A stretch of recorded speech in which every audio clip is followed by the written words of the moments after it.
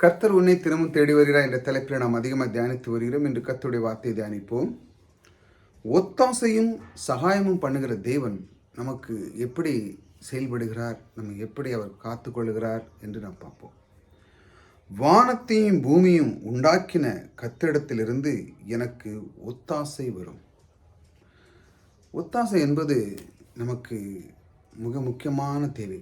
இப்போ ஒருத்தர் இருக்கிறாங்க வச்சாங்களா, நீங்கள் உங்களுக்கு ரொம்ப கஷ்டமாக இருக்குது, நீங்கள் ஒரு வீட்டுக்கு போகிறீங்க, எனக்கு இந்த மாதிரி ஒரு காரியத்தில் எனக்கு ஒரு விஷயங்கள் தேவைப்படுது, நீங்கள் எனக்கு கொஞ்சம் ஒத்தாசை பண்ண முடியுமா, அதாவது ஹெல்ப்.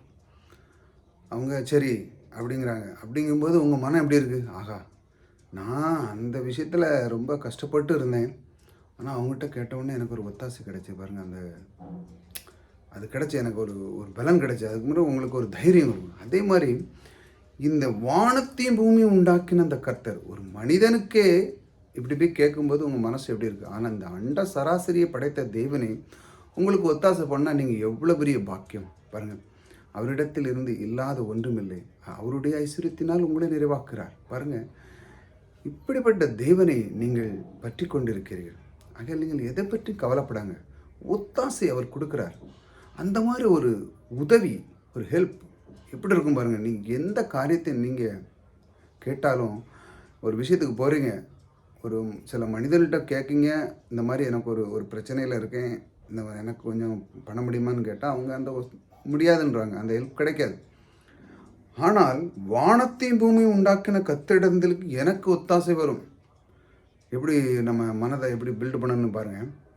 நீங்கள் எந்த ஒரு விஷயத்துலனும் ஒரு காரியம் இருந்ததுன்னா எனக்கு தெய்வனிடத்தில் ஒத்தாசை வருது.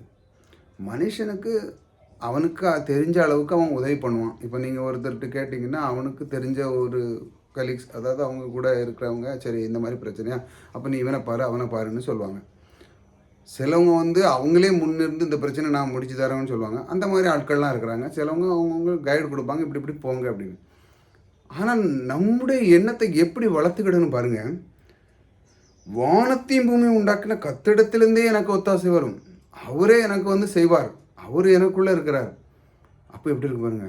கடவுள் நமக்குள்ளே இருந்து, அந்த கர்த்தாதி கர்த்தர் நமக்கூட இருந்து செய்யும் பொழுது நமக்கு எவ்வளோ பெரிய ஒரு பாக்கியவான் நம்ம. அதைத்தான் ஒவ்வொரு நாளும் நாம் தியானிக்கிறோம்.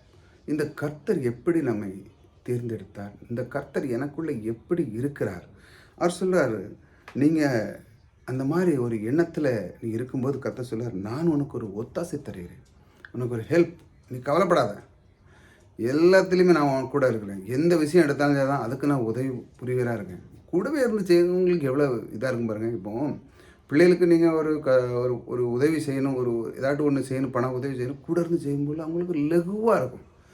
எங்கள் அப்பா ஒரு காரியத்துக்கு எனக்கு ஒரு உதவிக்கு பணம்னா கணம் கேட்டால் உடனே கொடுத்த உடனே அதுக்கு அவங்களுக்கு அது லகுவாக இருக்கும். அதில் பற்றி அவங்களுக்கு கவலையே இருக்காது. இப்போ பிள்ளைலாம் ஒரு வெளி இடத்துல போகுது, டூர் போகுது, அது போகுதுலாம் நீங்களே எல்லாமே அரேஞ்ச் பண்ணி கொடுக்கும்போது ரொம்ப சந்தோஷமாக இருக்கும். அவங்க அதில் ஏதாட்டு பிரயாசப்பட்டாங்களா? இல்லை, நீங்கள் தான் அதை எல்லாத்தையும் செஞ்சு கொடுத்தீங்க. அதே மாதிரி கர்த்தர் உங்களுக்கு ஒத்தாசை தருவார். நீங்கள் ஒரு காரியத்தில் இருக்கீங்க, நீங்கள் ஒரு காரியத்தை, ஒரு வீடு எடுக்கவோ, ஒரு வாகனம் எடுக்கவோ, நல்லா படிக்கவோ, நல்லா முன்னேற்றத்துக்கு ஏதாட்டு ஒரு காரியத்தை நீங்கள் அடியெடுத்து வைக்கும் பொழுது அவர் உங்களுக்கு ஒத்தாசை கொடுக்குறார். இந்த ஒத்தாசை தான் உலகத்திலே மிக உயர்ந்த ஒரு இதாக இருக்கிறது. ஏனென்றால் அதுதான் ரொம்ப முக்கியம். இந்த உலகத்தில் எத்தனை பேருக்கு அது இல்லாமல் எத்தனை பேர் வாழ்க்கை இழந்தவர் இருக்காங்க. ஏன்னா சொந்த பந்தங்கள் இதெல்லாம் செய்யாது. ஒரு ஆட்கள் தான் இந்த மாதிரி செய்வாங்க. உனக்கு நீ வா, என் கூட இரு, என் வீட்டில் இரு, நான் அதை செய்கிறேன், உனக்கு படிப்பு உதவி பண்ணுறேன், இப்படி அப்படி பீப்புள் தான் இந்த உலகத்தில் இருக்கிறாங்க. மற்றவங்களெல்லாம் சுயநலத்துக்காக தான் இருக்கிறவங்களும் யாருக்கும் பண்ண மாட்டாங்க, அவங்களுக்கு தான் பண்ணுவாங்க. ஆக தேவன் ஒருத்தர் நமக்கு செய்யும் பொழுது எவ்வளோ ஒரு பெரிய பாக்கியம். அதை நீங்கள் எண்ணுறீங்க. அதாவது அவரிடத்திலிருந்து எனக்கு ஒத்தாசை வரும் அப்படின்னு நீங்கள் எண்ணும் பொழுது உங்களுடைய வாழ்க்கையில் நீங்கள் எண்ண முடியாத ஒரு அதிசயத்தையும் காமிங்க. உங்களுடைய சந்தோஷம், மகிழ்ச்சி குடும்பத்தில் ஒரு குறை இருக்காது. அதே மாதிரி தான் செல்வம், அவரிடத்திலிருந்து என் செல்வங்கள் வருகிறது, அவரிடத்திலிருந்து மகிழ்ச்சி வருகிறது, அவரிடத்திலிருந்து சந்தோஷம் வருகிறது. அவர் என் நோய்களெல்லாம் குணமாக்கினார். இப்படி ஒவ்வொரு நொடியும் நீங்கள் இந்த மாதிரி தேவனிடத்திலிருந்தான் எனக்கு எல்லா ஒத்தாசையும் வருகிறது என்று சந்தோஷமான காரியங்கள் எனக்கு அவர் தருகிறார் என்று நீங்கள் நினைக்கும் பொழுது எவ்வளோ பெரிய பாக்கியவான்.